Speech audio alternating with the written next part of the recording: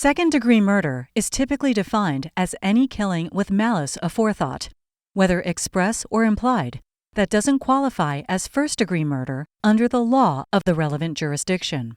The California Court of Appeal considered whether there was sufficient evidence of implied malice to justify trying the defendant for second-degree murder in the 1989 case of Berry v. Superior Court.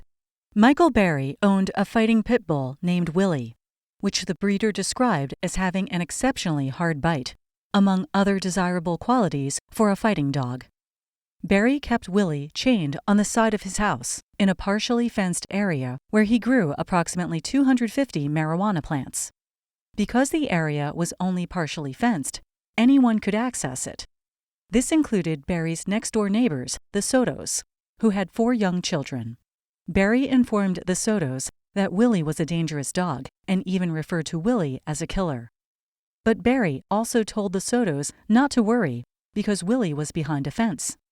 One day in June of 1987, 2.5-year-old James Soto wandered into Berry's yard and entered the area where Willy was chained.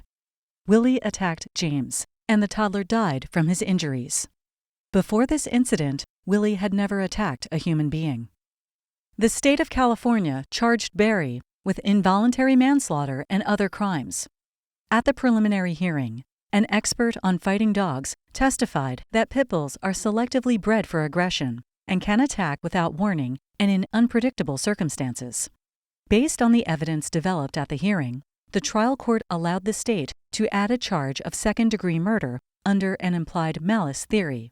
Berry then petitioned the California Court of Appeal for a writ of prohibition, seeking dismissal of that charge on the ground that there was insufficient evidence of implied malice to try him for second-degree murder.